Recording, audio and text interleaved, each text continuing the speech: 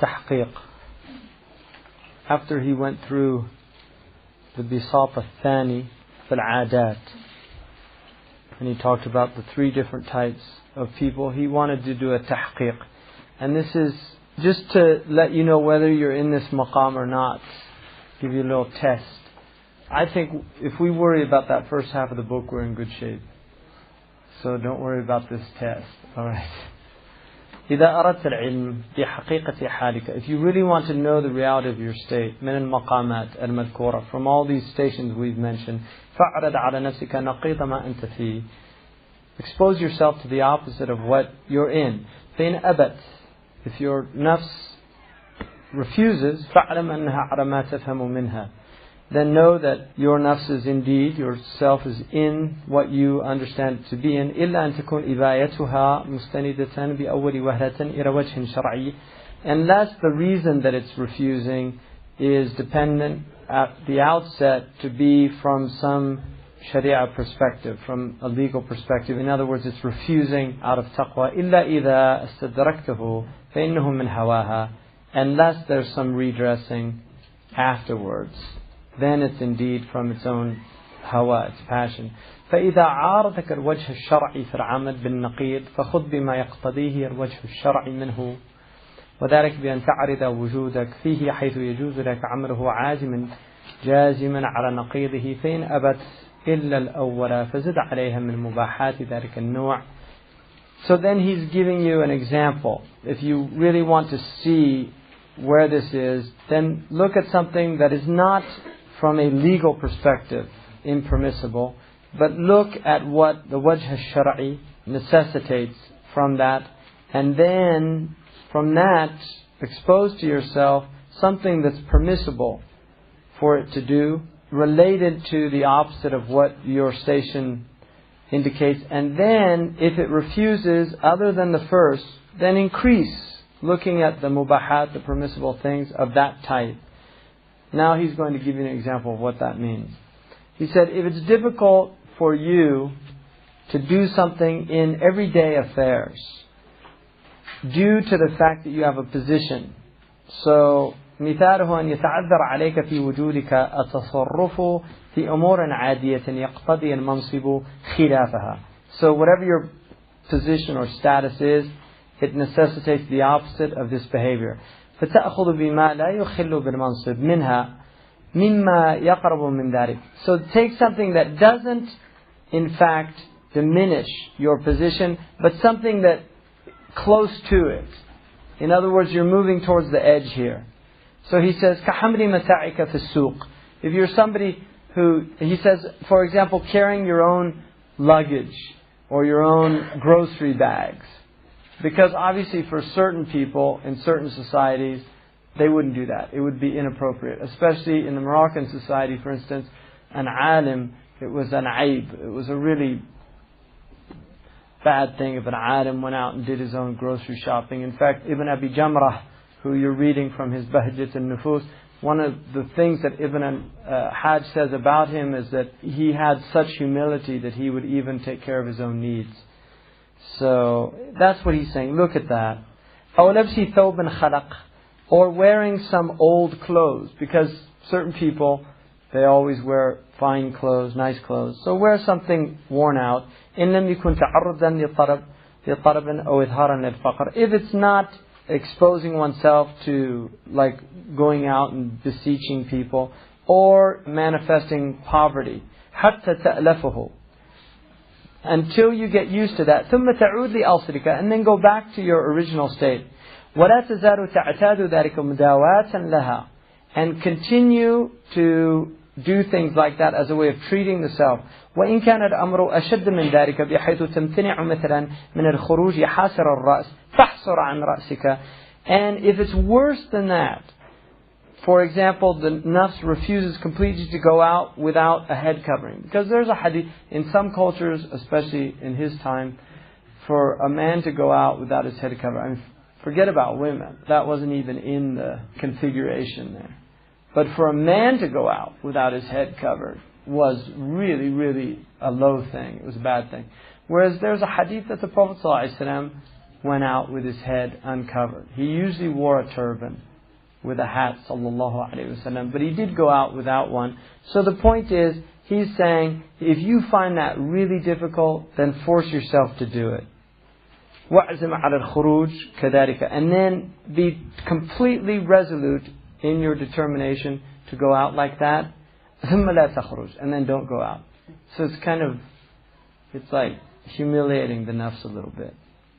وَكَرِّرْ ذَلِكَ حَتَّى يَخِفَّ عَلَيْهَا. And keep doing that until it's something that the nafs isn't bothered by. The idea doesn't even bother you. So he's saying, get yourself psychologically prepared by doing it until it doesn't even bother you. You don't have a problem with it.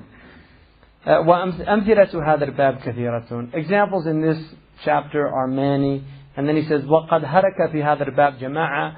One group concerning this was destroyed. And he's talking about the people that went to the extremes of the malamatiyah. People that did blameworthy things as a way of breaking their nafs. They went to extremes that actually took them out of the permissibility of the sharia. وَالْآخَرُونَ بِالْإِهْمَالِ. And another group destroyed themselves by neglecting these things, by never disciplining their soul, by never removing their pride and their arrogance. And he usually means here the ulama zahir. فَاحْذَرْ. So beware, وَبِاللَّهِ تَوْفِيقٌ. And with Allah's tawfiq, وَهُوَ حَسْبُنَا وَنِعْمَ الْوَكِيلُ. He then says, البساط الثالث, the third ground for this. الأخلاق والمعاملات. فأما الأخلاق فأصول محامدها ثلاثة. The foundations of all praiseworthy character is three. أولها طرح الناس بإلزامها الإنصاف وترك الانتصاف إلا فيما يوجبه الحكم بحيث لا مندوحة عنه فيقرر وعلامة ذلك ألا يبالي على لسان من ظهر الحق ولا من أي وجه استفاد. So he says the first one is to repudiate the self by forcing it to be fair and just with others, but abandoning its own right to demand justice. So you are fair with others, but you don't expect others to be fair with you. In fact, you don't even allow your nafs that privilege. إِلَّا فِيمَا يُجِبُهُ الْحُكْمُ. Unless the hukm shar'i necessitates it, because there's things you can't. It's a haqq of Allah. And there's things that you cannot give up. بِحَيْثُ لَا مَنْدُوحَةَ عَنْهُ. It's inevitable, there's no escaping it. فَيُقَرِّرُهُ. So you have to accept the decision. وَعَلَامَةُ ذَلِكَ. And the sign of that is that he is not concerned upon whose tongue the truth manifests, nor whatever way it whichever way is beneficial. So Imam Al-Shafi'i, who's a good example of this, once said that he never debated with anybody except he made dua that Allah would manifest the truth on his opponent's tongue. So his nafs had no portion. ويكون حرصه على ظهور فائدة الغير أكثر من فائدة نفسه. And his covetousness for benefits manifesting should be more for others than the benefits of his own self. إلا من حيث اعتبار الثواب. Unless we're talking about rewards in the next life. So he's talking about worldly things. In terms of rewards for the next life, بأن يكون ذلك هو الباعث لا العارض. That should be the incentive. It shouldn't be something that comes afterward. ويقتصر عن دواعي الرياسة ما استطاع فافهم. And he should desist from any incentives of leadership. Any things that appeal to the soul in terms of acquiring leadership, he should avoid completely. Because one of the worst things is leadership, and it destroys people. Love of leadership, desire to be in power, desire to be the one who's up front. I mean, it manifests in a lot of different ways. So he's warning us about that. So let us understand. فهم. الثاني. So that's the first one. الثاني. سلامة الصدر من دواعي الهوى وطلب الحقوق فلا يحقد ولا يحسد ولا يظلم ولا ينتصر إذا ظلم ولا يرى لنفسه فضلا في ذلك بل يعطي من حرمه ويصل من قطعه ويعفو عن من ظلمه دون استظهار بذلك ولا استعظام له. So he says the second is that freeing one's conscience from the incentives of caprice and the demands of one's rights. So he should have no contempt, no envy. He should not oppress anyone. He should not justify and demand his own rights if he's oppressed. I'll explain that in a second. And he should not see that his own ego has any preference in any of that over anyone else. Rather, he should give to the one who withholds from him. He should maintain kinship ties with the one who keeps severing them. He should forgive the one who oppresses him without showing off, revealing that, without manifesting it to people, and without feeling in any way proud or displaying his magnanimity in that. Now this is based on a hadith in Sahih Muslim and other hadiths. In fact, if you read in the Riyadh al-Salihin, there's a section on the akhlaq. Just read that in the few chapters after that, and you will be surprised at this idea is really strong in Islam of giving up for your brother Muslims. And the story he mentioned yesterday about Abu Yazid, just to give you an example, it was from the Risala of Imam al-Qushayri. It's a story in which he was taking a bath at the hammam and a thief stole all his clothes, and he went out with a rap to catch the thief. And the thief saw him and he began running faster, and he told him to stop. He said, "I'm not going to do anything to you." The man stopped and he said, "I just wanted to tell you that you can have the clothes." And this man he broke down and made tawbah. Because Abu Yazid did not want him to have the wrong action. And that's that idea of not seeing that you have any... For him, it's like, who am I that these possessions are mine and not his? It's that real absence of ego and things like this. So, the hadith is from Abu Hurairah radiallahu anhu, أن رجلا قال يا رسول الله صلى الله عليه وسلم إن لي قرابة أصلهم فيقطعوني وأحسن إليهم فيسيئون إلي وأحرم عنهم ويجهلون علي فقال صلى الله عليه وسلم لئن كنت كما قلت فكأنما تسفهم الملة ولا يزال معك من الله ظهير عليهم ما دمت على ذلك. Imam Muslim says that a man came to the Prophet ﷺ and he said, "Ya Rasulullah, I have some relatives. I'm always extending kinship ties with them and they're always severing them with me. I do good to them, they do evil to me. I am very forbearant with them. They're constantly being ignorant and showing me lack of respect." And the Prophet ﷺ said, if this is true, if it's as you have described, you eventually win them over through this. And he said that as long as you're like this, you will have victory from Allah subhanahu wa ta'ala over them, help from Allah, Zahir, over them. And in another hadith, very similar, he said to Talsiru man yaqta'uka, to maintain ties with those who sever you, to ta'fu amman zalamak, to forgive those who oppress you. And this is why Imam Malik radiallahu anhu, when he was being whipped in Medina, he said, and this is well known from him, the governor that ordered that he be whipped was from the family of the Prophet ﷺ. And he said every time the man raised his hand to whip him, he made dua for that man and gave him hal. In other words, he excused him. And he said only because of his relationship to the Prophet of Allah ﷺ. So this is a maqam of Sa'id ibn Jubair radiallahu anhu. Hajjaj ibn Yusuf killed a lot of people. And Sa'id ibn Jubair radiallahu anhu, when he brought him before him, he was one of the tabi'een. And he was a very righteous man. He told them, there's a famous hiwar, dialogue between them. He said, Man anta Sa'id? He said, Bal anta Shaqi. Man abuk? Qal Jubair, Bal anta Kusayr. And he went on, and finally he said that he was going to kill him. And he said, Ana akharu min taqtulu. I'm going to be the last one you ever kill. And Hajjaj said, I've killed a lot of people before you that were much better than you. And he said, exactly, they actually forgave you. He said, I'm not going to. And he made dua against him, and he died just after that. And he actually told people at his bedside that he could see Sa'id trying to pull him. off his bed. So it's a maqam. You don't have to, وَأَن تَعْفُوا أَقْرَبُ لِلتَّقْوَى, that you forgive people is closer to taqwa. This is a maqam, it's a high maqam. And that's the beauty of Islam. We have, like the Christians have turned the other cheek, we have that as well. But we also have an eye for an eye and a tooth for a tooth. And they're both acceptable. And you choose.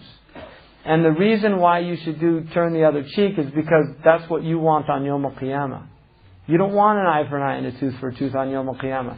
So if you demand it in this world, you better be ready to get it dished out to you in the next world. And that's the point.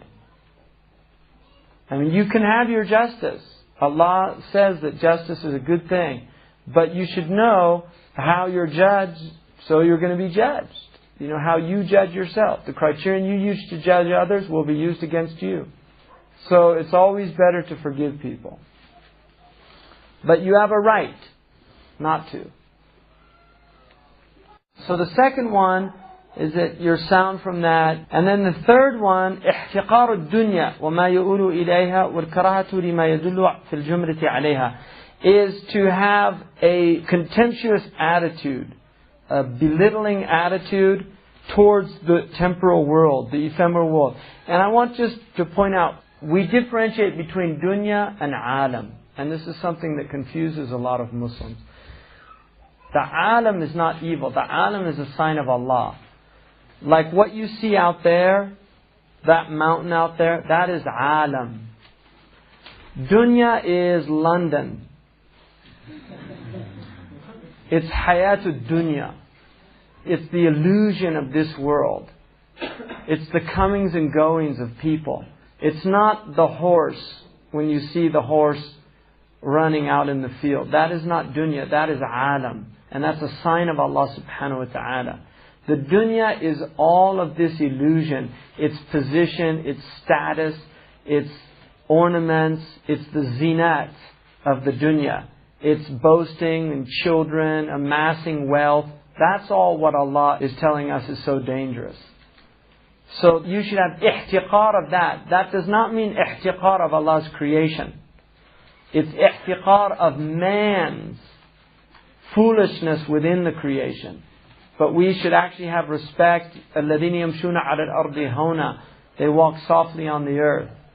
لَا تُفْسِدُوا فِي الْأَرْضِ بَعْدَ إِصْلَاحِهَا, the earth was rectified by Allah. وَوَضَعَ الْمِيزَانَ أَلَّا تَطْغَوْا فِي الْمِيزَانِ وَأَقِيمُوا الْوَزْنَ بِالْقِسْطِ وَلَا تُخْسِرُوا الْمِيزَانَ وَالْأَرْضَ وَضَعَهَا لِلْأَنَامِ, and this earth was created for all living creatures. عَلَى قَوْلٍ, there's some different tafsirs about that. So the point is that the dunya is different from the alam. So having contempt and a belittling attitude towards the dunya and everything that leads to it or inclines towards it, and having a distaste for anything that indicates it in totality, all the things that indicate the dunya. Because love of dunya is the head of every wrong action. And abandoning the dunya is the head of every virtuous action. وَعَلَامَةُ الصِّدْقِ فِي ذَلِكَ, the sign of sincerity in that, أَلَّا تَبْخَلَ بِالْمَوْجُودِ وَلَا تَحْسَنَ عَلَى الْمَفْقُودِ, that you're not miserly with what you have, nor do you grieve over what you do not have. If you want to know whether or not you love dunya, you look at your ability to give it up. And then you look at your state when you don't have it or when you lose it. That's the degree of your connection with the dunya. If you're able to give it up, bismillah, if it's like that, then it's not a problem.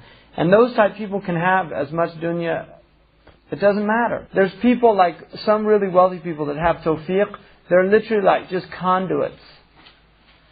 That's what they are, they're conduits. And those people have a great tawfiq, and they're one of the peoples that we should be envious of. Are people that are given great wealth and they spend it out by day and by night. That's a high thing, it's a high maqam. The only other maqam that's equal in that envy and yet higher is the maqam of the alim. There's somebody who Allah has given wisdom.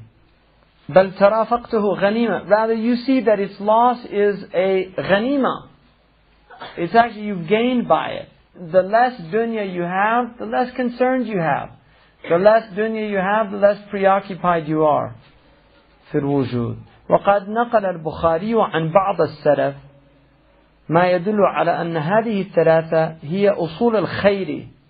And Imam al-Bukhari has narrated from some of the early people that there are three things that are the foundation of all good. Al-infaqu min al-iqtar, to spend when you're in straitened circumstances, when it's difficult to spend. Somebody asked the Prophet, Ya Rasulullah, what is sadaqah? He said, as-sadaqatu an tunfiqa wa anta sahihun shahihun takhsha al-faqr. Real charity was when you spend out and you're in a good situation, but you want to hold on to it and you have fear of poverty. That's real sadaqah. وَبَذْرُ السَّلَامِ لِلْعَالَمِ, and spreading peace to the world, which also means Assalamu alaikum, saying, going out. بَذْرُ السَّلَامِ لِلْعَالَمِ, spreading peace to the world.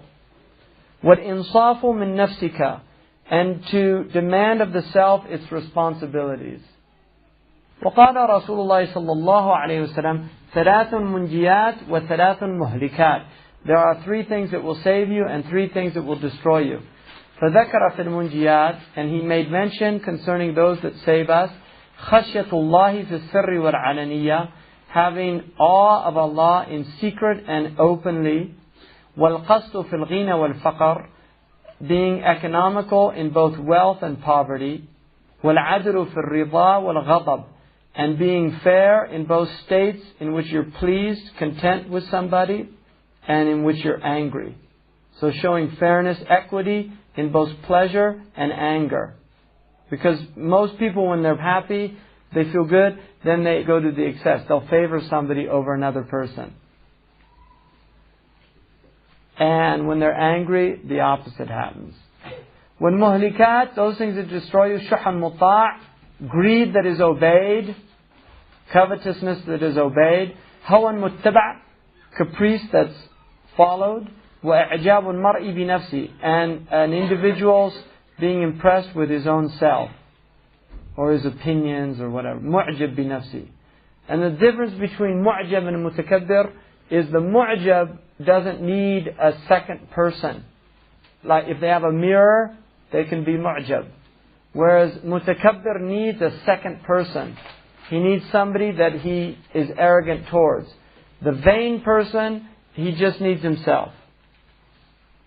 وَهَذِهِ هِيَ الْأُصُولَ الْحَقِيقِيَّةِ. And he says that these indeed are the real foundations. These are the real foundations of all good. فَرْسُمْ قَلْبَكْ بِهَا وَارْغَبْ إِلَى اللَّهِ فِي الْعَمْرِ عَلَيْهَا. So firmly root them, draw them in your hearts, picture them in your heart, and then seek Allah subhanahu wa ta'ala in your actions in accordance with them. فَإِنَّهَا مِنَ السَّيِّدِ الْكَامِلِ الْعَارِفِ الْمُطَّقِ, because it is from the perfected master, the absolute Gnostic, صلوات الله وسلامه عليه. لكن تفاصيلها وجملها تدور على التوقف والاحتياط في كل أمر. But both its particulars and its universals revolve around hesitation and caution in every matter. That you should have deliberation and caution in your matters. فَلْحَظْ ذَلِكَ فَإِنَّهُ الْمُعِينَ عَلَيْهَا. So take note of that because it will help you in fulfilling these. وَبِاللَّهِ التَّوْفِيقِ. أما المعاملات فعلى المراصد وهي المناهج والمقاصد. As for the muamalat, so we did ibadat, adat and muamalat, and that's your life. Your life is devotional practices, it's ibadat, it's adat, it's habitual practices, getting up in the morning, cleaning yourself, dressing yourself, walking to wherever you go, driving to work. Those are all your adat. And he's talking about how to get istiqamah in all these. Your ibadat are those things that you draw near to Allah by. Your muamalat are those things that relate to your transactions between other human beings. And he said that the basis for these, they also revolve around three. They have areas of observation which are both means and ends. مناهج ومقاصد. So they have means and ends. الضرب الأول, the first type, واسمها بالتقوى. وقد تقدم بعض ما يتعلق به. The first is being qualified with taqwa, that it becomes the quality that you take on. And we have made mention, it has been aforementioned, what relates to that. وكتب العلماء طافحة بتفاصيله. The books of our scholars are resplendent with the details of this, مع شهرته, because it's well known, وسهولته, and its ease. ولذلك لا يحتاج فيه لشيخ. You don't need a shaykh for this. To be muttaqi is well known, what you have to do and what you have to avoid. You don't need a teacher for this. ولا مؤيد. You don't need somebody that's with you constantly. وإن كان فهو لما ظهر من حكمه كالمؤكد.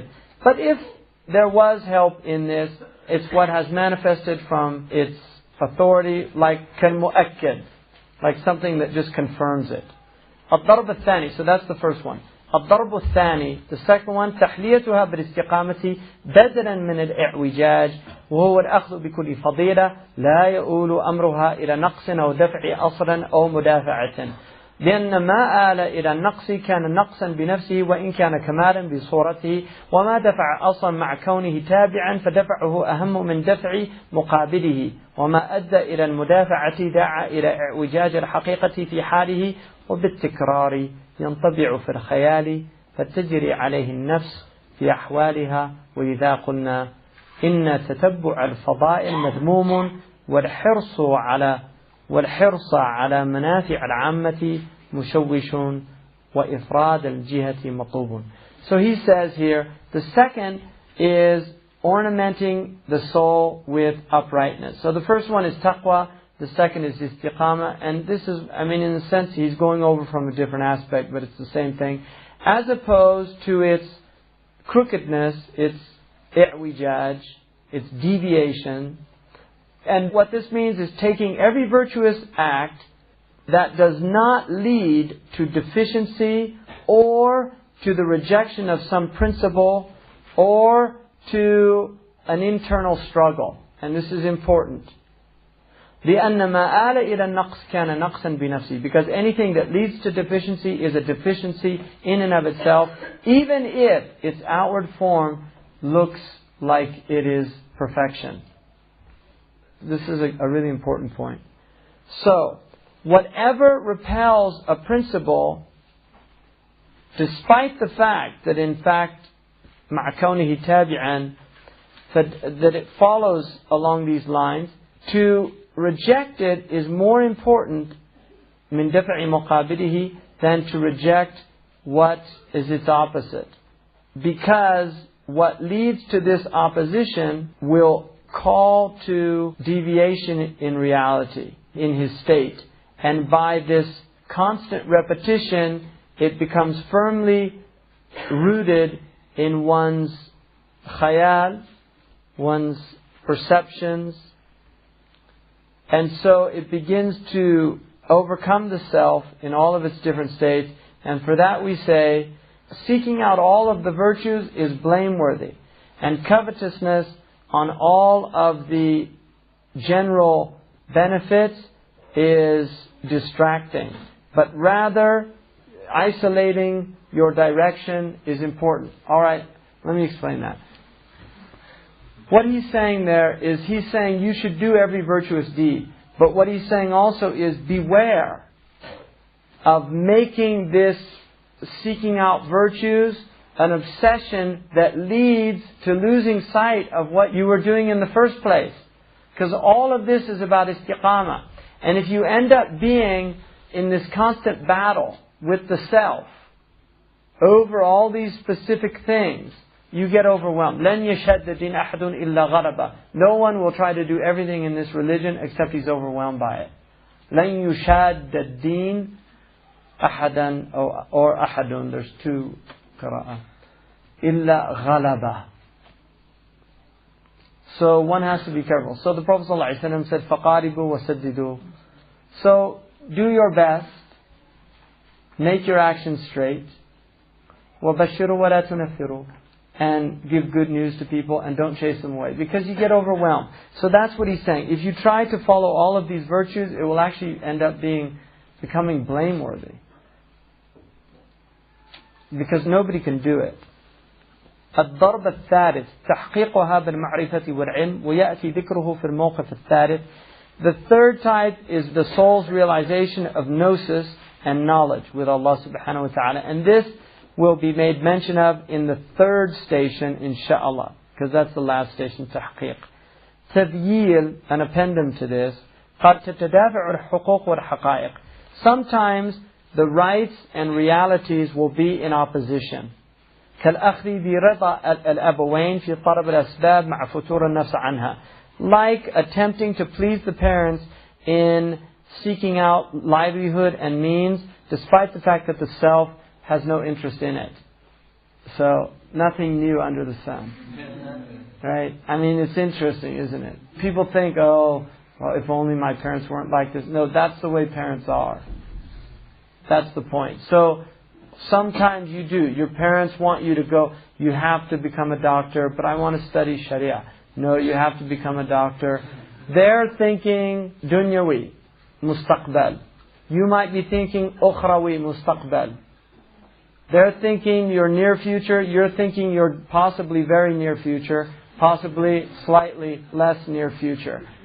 But nonetheless, your near future, because death is closer to you than the strap of your shoe. But anyway, sometimes you get this problem. The huquq of your parents and the haqa'iq.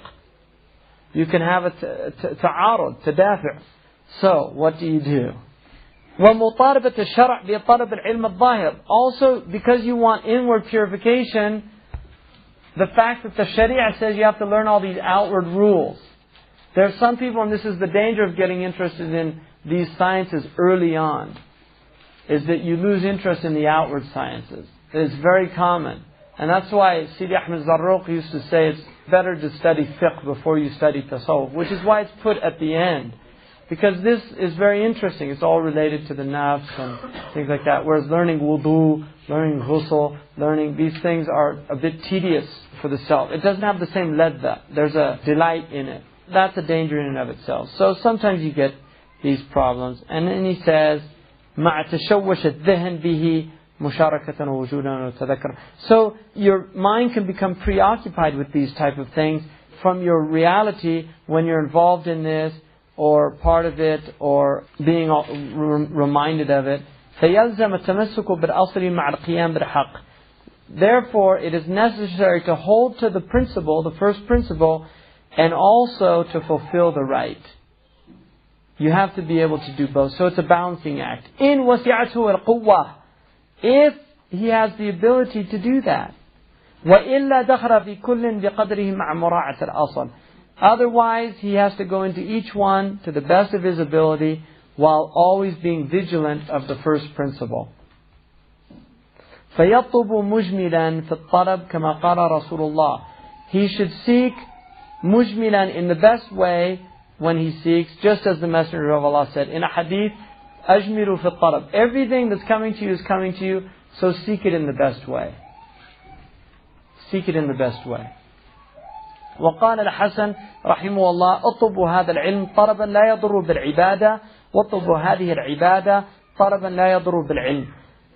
Imam al-Hasan rahimahullah radiallahu anhu said, seek this knowledge in a way that does not harm your devotional practice, and seek your devotional practice in a way that does not harm this knowledge. So our goal is to get to Allah, but don't make the devotional practice become so preoccupied with it that you don't learn. Because you also have to learn. Although don't learn, because knowledge can be very intoxicating. You can get lost in the grammar, the fa'al, the maf'ul, the na'ib fa'il. I mean, one of the Shabastari wrote a book called Ghushan Iraz, which is a famous, the perfume garden, I think they call it. And in there he said, because he was one of these people that was very intoxicated with knowledge of the realities, and he said if the grammarians knew what we were tasting, they would have left their pronouns and adjectives a long, long time ago. والوجه الذي يدفع الضرر بكل منهما يدور على ثلاثة أوجه. The way in which you avoid harm from one or the other revolves around three things. حصر كل من كل دون تقلب ولا تفلت ولا تأويل ولا رجوع للغير. So the first is to be able to encompass all of this that you're doing in all. So everything that you're doing, you're fulfilling all of the things that are necessary to be fulfilled, both your حقوق, your حقائق, دون تقلب, without falling back, without regression, without interpretations, and without having recourse to other. الثاني حصر النوع المأخوذ فيه دون تشعب ولا تشتيت ولا اضطراب. فلا يبتدئ شيئا قبل تمام غيره ولا يدع شيئا قبل فراغ فهمه. This is important too, is that you complete the type that you're taking without diversifying and becoming preoccupied with other things. And this is one of the things traditionally you did with knowledge. Like in Mauritania, one of the beauties of their system of studying is that they still do only one subject at a time. You study one thing so you don't lose sight. You don't get too preoccupied. If you're going to study, you shouldn't have more than a few subjects. But now in all these modern schools, they give them like 20, 17. In some of these madrasas now, they give them 17 subjects in one. It's ridiculous. You can't learn anything. At best, you'll have vague recollections. I remember, I took a class in Balagha. There was something about laf wa nashr and I think khali al-dhihn or something. What did they mean by that? That's what will happen. So he said, don't start anything before you finish something else. Don't start something unless you finish the thing you're already in. And don't leave something until you fully grasped it.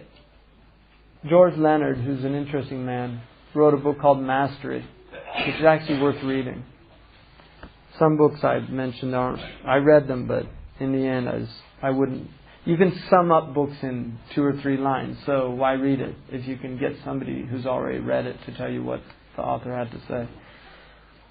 But that book is an interesting book. He says that mastery is basically, he said there's 3 types of people. I think there's 3. So there you go, it's the magic number, 3. He said that you had dabblers, hackers, and masters. That was it.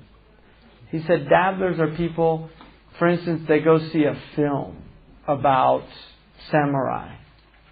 And then suddenly they decide they're going to become a samurai. So they go get all these books on samurais and they even find out there's a dojo in town that teaches Aikido or samurai swords. And they read all these books and this and that. But then a couple of weeks later, they realize that this is really difficult. And then now they saw a movie about downhill racer or something like that. So now they're going to go take up skiing or something like that. This is a person who's always dabbling in his life. He's always a little bit here, a little bit there, a little bit there. He never takes anything on with any seriousness. And these people are pretty much empty people. They might be able to hold a conversation for about 3 minutes on any one subject. And then it fizzles out. And then you have hackers.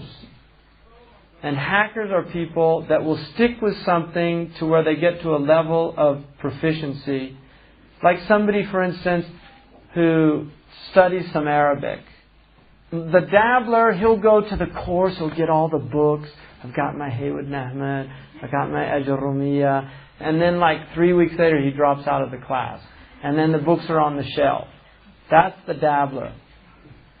Right, now he's going to, well, I realized I should learn Urdu first and whatever. The hacker, he'll take the course. And he'll get to a point where he can read, kind of. Right, he'll get to a point, he can read his hadith with his hands there. And that's basically, he'll get to a point of proficiency at a certain level, and that's where he stops. That's the second type person. The third type person is what Leonard called a master. And he said, this is not somebody who necessarily has mastered his subject, but he is committed to mastery. So there's always improvement. He's always improving. And these are the people that excel in life. They're the people that will finish their studies. They're the people that will continue to learn throughout their life. And obviously, you can see yourself a little bit in all three categories. I mean, there's some things we're all going to dabble in. There's some things we'll all be hackers in. But there should be some things that we have a commitment to. Right? And that's why traditionally in the Muslim arts it was all about mastery. If you look, anything the Muslims did, Inna Allah yuhibb al-itqan. Allah loves itqan. Inna Allah yuhibb al-abdi idha amila abdan an yutqinahu. Allah loves, should a servant do some type of thing, that he masters it. Allah loves that. That's why calligraphers are so amazing. Calligraphers are some of the most interesting people you'll ever meet. And also martial art. I mean, people generally that have mastered anything are interesting people. Even if they're dunyawi people. If they're mastered, like you meet a classical musician, somebody who's really mastered that skill, you will benefit from them. I guarantee you. You'll get something from a conversation with them. Because those people are really unusual. They're rare people. People that have committed to really mastering something. And the thing about mastery is it crosses. It doesn't matter what you mastered, they all did the same things. That's the beauty of it. It's the same thing, whether it was for dunya or akhirah, it's the same thing. And the same rules apply. So that's what he's saying. If you're going to do something, do it till you finish it or don't start it. And that's why the Prophet ﷺ said, whoever learns a martial art and then leaves it has disobeyed Abul Qasim. If you start like a martial art, you shouldn't leave it. It's better stay out of it than to start it. That's why Sahaba, if they took on a practice, they maintained it until they died. If they took on a sunnah, they maintained it until they died. They didn't dabble in it. They weren't dabblers. Sahaba were neither dabblers nor hackers. None of them. They were masters. The third one is حصر الوجه المأخوذ به وهو على ثلاث أنحاء أحدها القراءة على المشايخ. The fourth is how we get this, how we achieve these, what he's talking about. And there's three ways. The first one is studying with shuyukh. The first one was قراءة على المشايخ. وهم كل من جاوز رتبته في أي فن كان على قدره. And your shaykh is anyone who's a little better than you in whatever you're studying. In other words, don't be arrogant. I'm studying with this big great shaykh. I mean, I'm not going to study with him. There's people that do that. If he studied Qatr al-Nada and you studied the Ajr Rumiyah, he can benefit you. Learn from him. And then have respect for him. And it's just arrogance. These people that say, I'm just going to study with the great shaykh. It's just arrogance. And then he said, الثاني الإقراء للمبتدئين. The second way is that you teach beginners. That will also strengthen your mastery of what you're trying to learn. That is one way of mastering something. If you've gotten a degree of proficiency, you start teaching people less than you.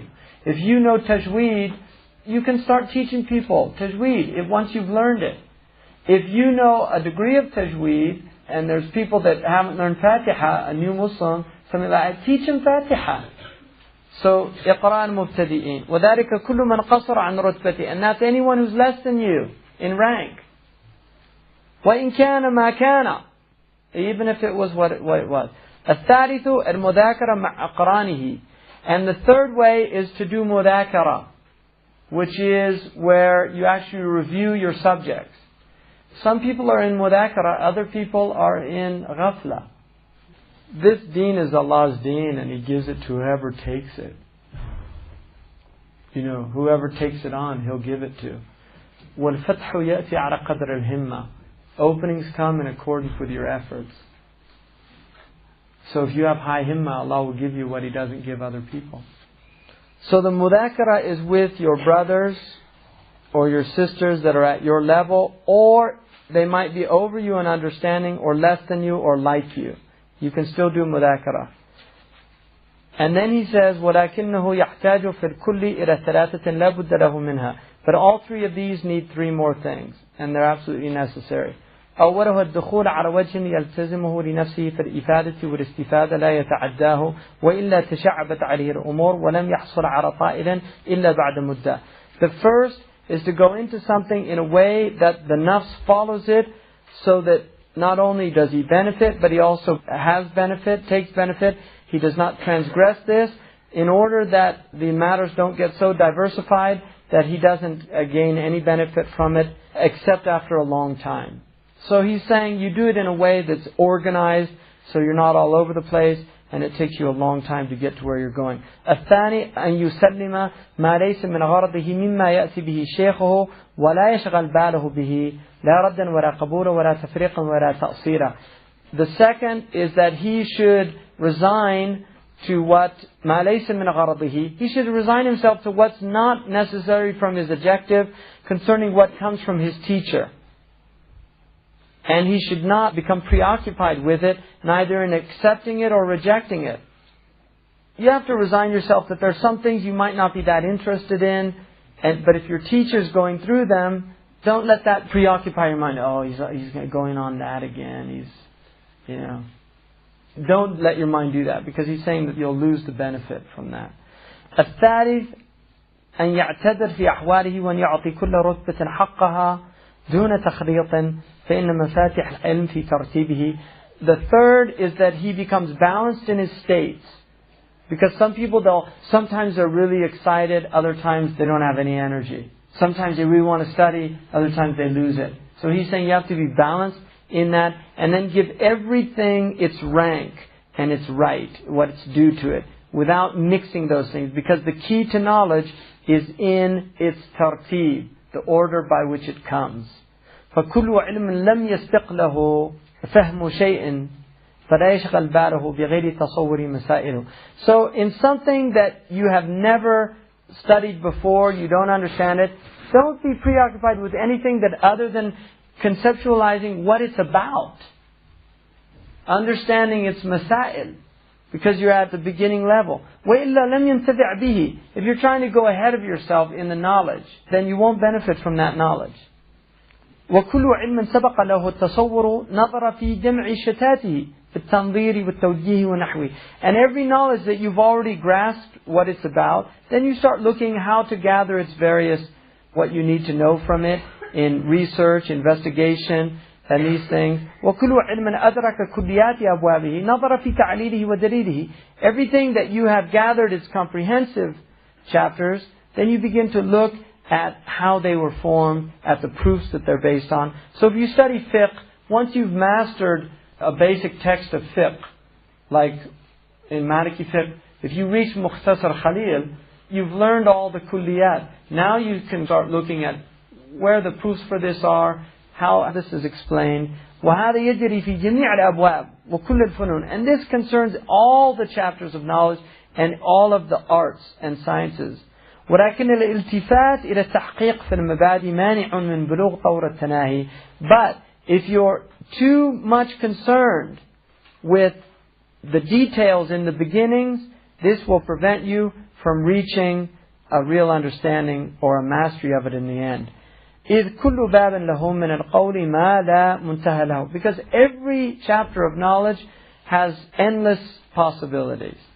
وقد سئل مالك. Imam Malik was once asked رحمه الله عن طلب العلم فقال حسن ولكن اعرف ما يلزمك من صباحك إلى مسائك فلا تؤثر عليه شيئا. Imam Malik was once asked about seeking knowledge, and he said, it's good, but you should know what you need to know from morning until your evening, and don't prefer anything over that. In other words, be practical. Don't learn all this theoretical stuff and you don't know how to do anything. وهو القول الفصل. And this is really the ultimate statement in this whole chapter. في هذا الباب. وإليه المرجع والمآب. And to it we return as the foundation, the resource, the reference. فأما قوله ليس بأولى مما قمت به فقضية خاصة عينتها الحالة. As for his statement, what you're going to, it does not have greater priority over what you're leaving, which refers to a time when one of his students got up to leave his circle of knowledge to go to the prayer, which was a nafila prayer according to some riwayat. And he said, what you're going to is not over what you're leaving. In other words, the knowledge is as important. He said this was a qadiyya khasa, this was a specific time that was determined by its specific circumstance. وَالْعِلْمُ وَظِيفَةُ الْعُمَرِ وَالْآخِرَةُ لَا بُدَّ مِنْ عِمَارَتِهَا. Knowledge is the occupation of a lifetime. But the akhirah, we have to cultivate it. So what he's saying is, there's no end to knowledge. Don't forget about devotional practice as well. Because one of the ways we cultivate the akhirah is through devotional practice, through turning our knowledge into practice as well. المرصد الثاني في معاملة الخلق وذلك بثلاثة أمور. The third one, المرصد الثاني, the observational area in concerning how we transact with people, and there are three things in it. أن تعود نفسك فيهم غريبا فلا تطلب منهم حقا ولا ترى لك فيما هم عليه خيارا. That you consider yourself amongst them a stranger, amongst people, and you do not seek from them any right, nor do you see ولا ترى لك فيما هم عليه خيارا, nor do you see in what they're doing as having any preference over what you have. فتتركهم وما دفعوا إليه. Leave them and what they have gone to. وتعمل على ما يخلصك عند مولاك. And occupy yourself with what will save you from your Lord's judgment. محتملا أذاهم. Expect their harm, expect their injuries. معظما ومحترما إياهم. Respect them, magnify them. إلا بحسب ما أمرت أو زجرت. Except with what you were commanded or prohibited from doing. In other words, taqwa. So if you were told not to, like ta'ظيم al-fasiq, things like that, then don't do that. الثاني أن تكبر عليهم أربعا وتحسبهم من جملة الموتى. The second one is to say 4 takbir over humanity and consider them to be dead people. فلا تعتمد عليهم في أحوالك. Never depend on them in your state. ولا تلاحظهم في أعمالك. Nor give them any consideration in your actions. وترى ما يجري منهم ليس صادرا في الحقيقة عنهم. And realize that nothing that comes from them is in reality coming from them. It's from Allah. وإنهم مسخرون ومسلطون. See them as people subjugated by Allah. That Allah subhanahu wa ta'ala is the one who has given them authority. فَتَرْجِعُ لِمَوْلَاهُمْ شُكْرًا حَيْثُ أَحْسَنُوا. And return to your Lord as a way of gratitude when they're nice to you, and taking refuge in them by necessity when they're cruel to you and harsh with you. So if they're good to you, if they show you ihsan, give shukr to Allah. If they don't show you ihsan, just flee to Allah. The third one, أن ترحمهم فيما هم فيه فتصيرهم بما تقدر عليه من منافع الدين والدنيا التي لا يعود عليك منها ضرر عاجل ولا آجل لأن مصلحة الإنسان مقدمة على غيره في الدين والدنيا ولا يقدم مصلحة غيره إلا الأحمق وإنما الإيثار عند المضايقة في الحاجات لا عند مقابلة الضروريات. وهذا الباب يحتاج لعلم واسع من خارج لمن ابتلي بمصاحبة الخلق وفقه غزير من داخل ليقف صاحبه على بساط الحق فاعتصم بذا واحذر خطة الناس غاية جهدك وبالله سبحانه وتعالى التوفيق. And then he says the third is have compassion in what they're in. So connect with them, don't sever them as much as you're able to concerning the benefits of this dunya and the deen, and concerning those things in which no harm will come back to you either sooner or later, because the benefit of a man is preferred over the benefit of someone else. So a man's benefit is first and foremost a human being. في الدين والدنيا, in the deen and the dunya. ولا يقدم مصلحة غيره إلا الأحمق. And nobody will give his maslahah, his benefit, to another except a fool. وإنما الإيثار عند المضايقة في الحاجات.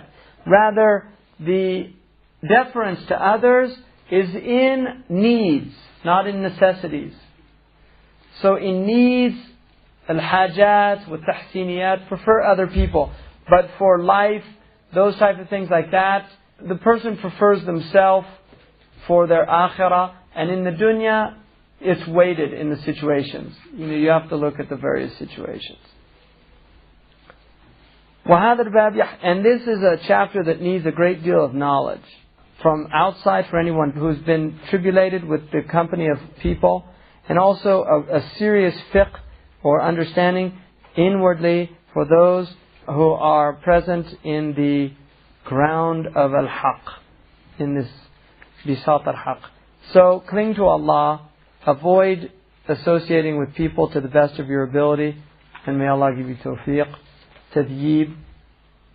Another addendum. لا بد من عيش وعقل وعلم.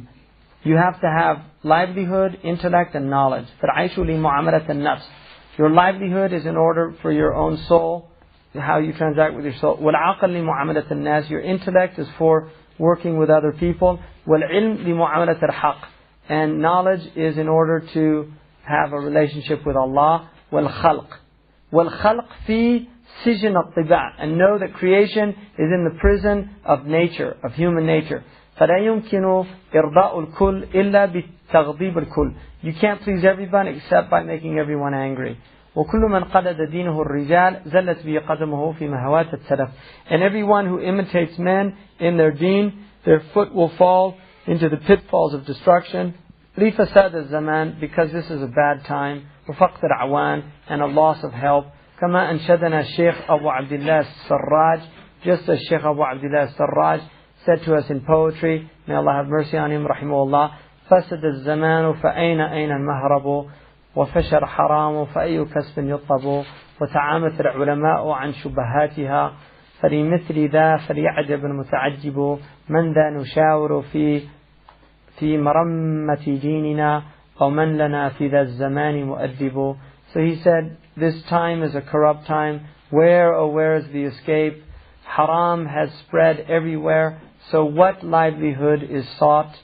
The ulama have become blinded by all of the doubtful matters. And the likes of this, even the one who wonders should wonder. And who can I ask for help in rectifying my religion? Or who in this time is a mu'addib, is a shaykh that can rectify our souls. So this is 9th century. قال الفضيل ibn Iyad, one of the Salaf, rahimahullah, this is a bad time. هذا الزمان سوء. It's a bad time. He was living in the 4th century. فاحفظ لسانك وأخفي مكانك وعالج قلبك وخذ ما تعرف ودع ما تنكر.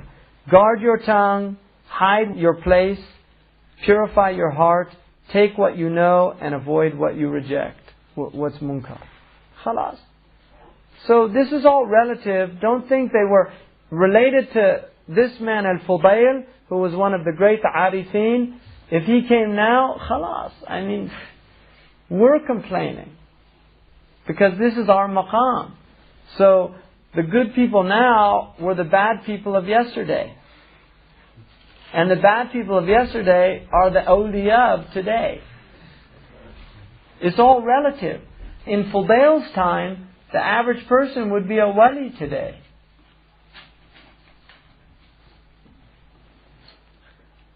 Wa'alam. Now this is one of the best pieces of advice in this whole thing. I hope everybody... If you just get this one little section here, it's worth the whole book. I guarantee you. وَاعْلَمْ أَنِّي خَبَرْتَ النَّاسِ جُمْلَةً وَتَفْصِيلًا. He's saying, know this. Know this.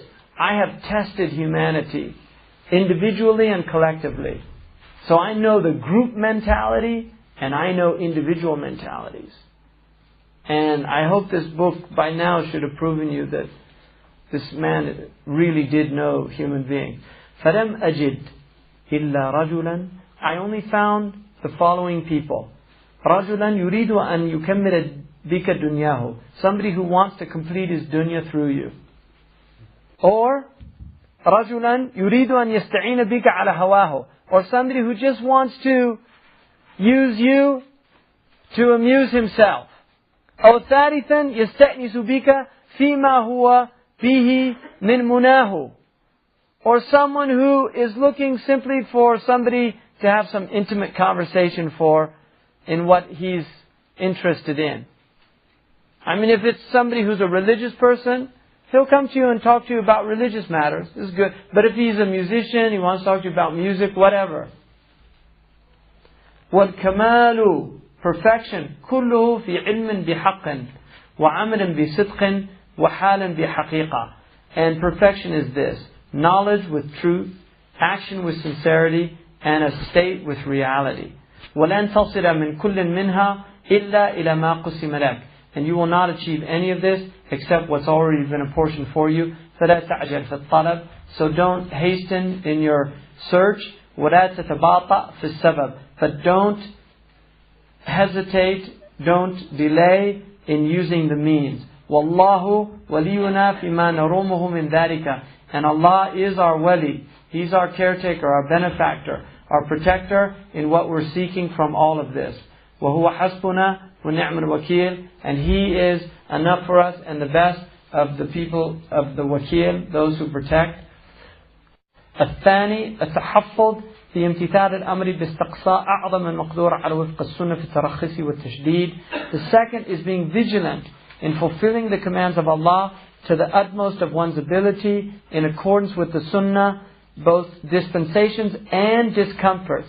So in those things that are dispensations, but also in those things that are difficult, تشديد. لأن كل منهما, because both are from them, خارج عن الإضمار, outside of the realm of concealment. They're both from the sunnah and they're not things that are concealed. وقد قال عمر رضي الله عنه في الصلاة. In the Muwatta of Imam Malik, Sayyidina Umar said, من حفظها وحفظ عليها فهو لما سواها أحفظ ومن ضيعها فهو لما سواها أضيع. Whoever is mindful of the prayer and guards his prayer, then he will be mindful of everything else. But whoever is negligent of his prayer, he will be more negligent about everything else. وقال أبو بكر بن العربي لقد رأيت ممن يحافظ عليها آلافا لا يحصيها ولا أعد ممن يحفظها خمسة. I saw thousands upon thousands, innumerable numbers that were vigilant about doing the prayer, but I can only really count about 5 who were mindful in the prayer. وإنه لكذلك. And he says, indeed it is like that. الثالث حفظ الحرمة بالتسليم لأحكامه والرضا بما يأتي من نقصه وإبرامه مع ترك ما يؤدي إلى إسقاطها كذكره تعالى كثيرا لا على وجه التعظيم وإدخال الشبه في وصفه العلي العظيم. وهذه الإشارة كافية بلا مقصود وافية. ولقد نهينا عن أن نجعله تعالى عرضة لأيماننا وألا نسب الذين يدعون من دون الله لعل نقابل بمثل ذلك والله التوفيق. Guarding the hurma of Allah subhanahu wa ta'ala by submitting to all of His rulings, being content with what He has come, what He's told us not to do, what He's told us to do, and also leaving everything that will invalidate any of these rulings, like making mention of Allah subhanahu wa ta'ala also in a way that there is magnification, but it leads to shubha in His description, some doubtful matters in His description. And this is enough of an illusion to what we're speaking about, because we were prohibited to make Allah subhanahu wa ta'ala the object of our oaths, and also we were prohibited to curse the gods of other people so that we would not be met with the likes of that. In other words, they wouldn't curse Allah. جزا الله عنا سيدنا محمد صلى الله عليه وسلم وأهله. جزا الله عنا سيدنا محمد صلى الله عليه وسلم وأهله. جزا الله عنا سيدنا محمد صلى الله عليه وسلم وأهله. سبحان ربك رب العزة عما يصفون والسلام على المرسلين والحمد لله رب العالمين.